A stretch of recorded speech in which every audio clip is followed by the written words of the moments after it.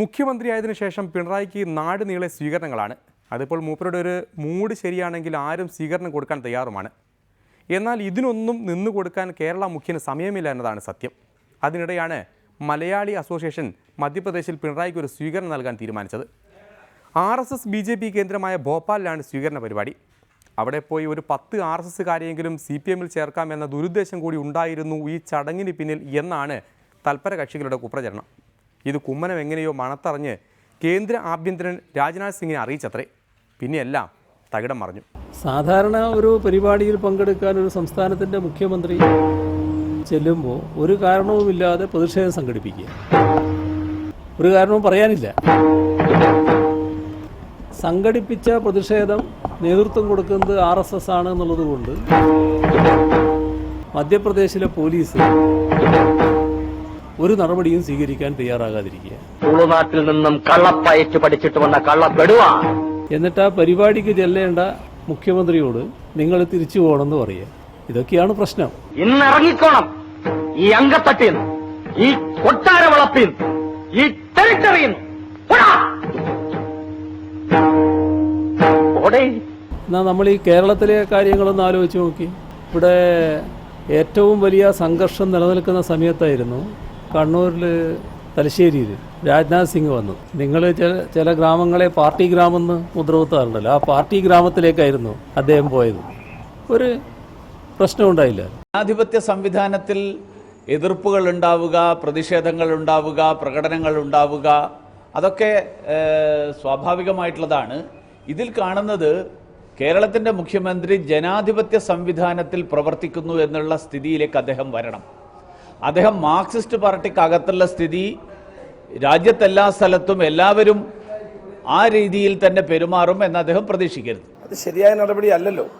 ആരെങ്കിലും പ്രതിഷേധിക്കാൻ വന്നാൽ തന്നെ അവരെ നിയന്ത്രിക്കുകയും അദ്ദേഹത്തെ ആ ചടങ്ങിൽ പങ്കെടുപ്പിക്കുകയും ചെയ്യേണ്ടത് സംസ്ഥാന പോലീസിന്റെ ഉത്തരവാദിത്തമാണ്, സംസ്ഥാന ഗവൺമെന്റ് ഉത്തരവാദിത്തമാണ്. ഇപ്പം കേരളം ഭരിക്കുന്ന സംസ്ഥാനത്ത് നിരവധി BJP പ്രവർത്തക നേതാക്കന്മാരിവിടെ വരാറുണ്ട്.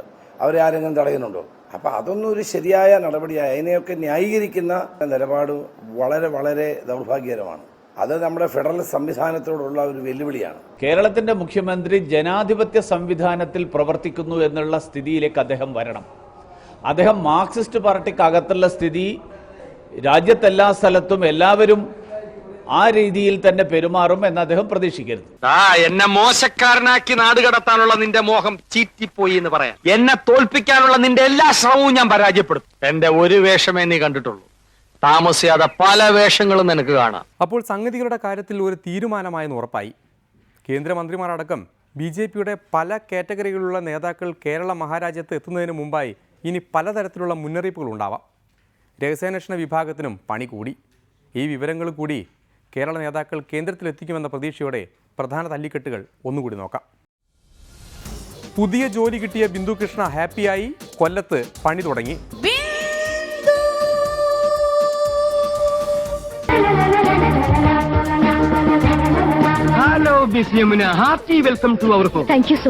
തിരുവാതിര കളിക്കില്ലെന്നും പൊങ്കാല തുടരുമെന്നും ബിന്ദു മാഡം. DCC അധ്യക്ഷന്മാരെ നിയമിക്കുന്ന സംബന്ധിച്ചുള്ള പ്രോസസ്സിൽ ശരിക്കും ഒരു ജനാധിപത്യ ശൈലി വളരെയേറെ അവലംബിച്ചിരുന്നു.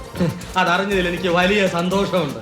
ആരാധകരുടെ ഫോട്ടോയ്ക്ക് പോസ്റ്റ് ചെയ്യാനും DCC പ്രസിഡന്റ് സമയം കണ്ടെത്തി. മോഡലായി മാഡത്തിന്റെ ഒരു ഫോട്ടോ കിട്ടിയാൽ കൊള്ളാമായിരുന്നു. ഞങ്ങളുടെ ഫോട്ടോയും ഒരു ക്ലോസറ്റിലെടുത്തോ. ആനവണ്ടിയെ രക്ഷിക്കാൻ ശശീന്ദ്രൻ മന്ത്രിയുടെ നെട്ടോട്ടം. സമയരഥങ്ങളിൽ ഞങ്ങൾ മറുകര തേടുന്നു.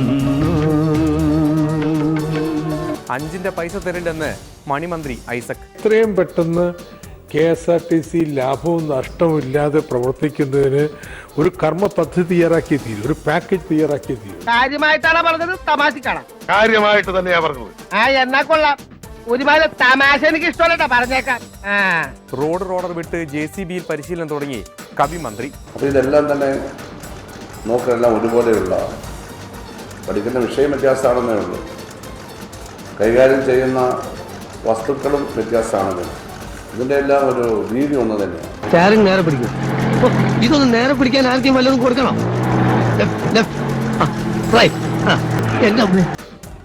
ഭോപ്പാൽ ദുരന്തത്തിന്റെ പുക കേരള തീരത്ത് പടരുന്നു. മധ്യപ്രദേശിലെ പോലീസ് ഒരു നടപടിയും സ്വീകരിക്കാൻ തയ്യാറാകാതിരിക്കുക. തുളുനാട്ടിൽ നിന്നും കള്ളപ്പയറ്റ് പഠിച്ചിട്ട് വന്ന കള്ളപ്പെടുവാ. പിണറായിക്ക് പിന്തുണയുമായി ഉമ്മച്ചന് പിന്നാലെ ചെന്നിത്തല സ്വാമിയും. അപ്പൊ അതൊന്നും ഒരു ശരിയായ നടപടിയായി അതിനെയൊക്കെ ന്യായീകരിക്കുന്ന കേരളത്തിന്റെ മുഖ്യമന്ത്രി ജനാധിപത്യ സംവിധാനത്തിൽ പ്രവർത്തിക്കുന്നു എന്നുള്ള സ്ഥിതിയിലേക്ക് അദ്ദേഹം വരണം. എന്റെ ഒരു വേഷമേ നീ കണ്ടിട്ടുള്ളൂ. താമസിയാതെ പല വേഷങ്ങളും നിനക്ക് കാണാം. അങ്ങനെ ഇന്നത്തെ കലാപരിപാടികളും അവസാനിക്കുകയാണ്.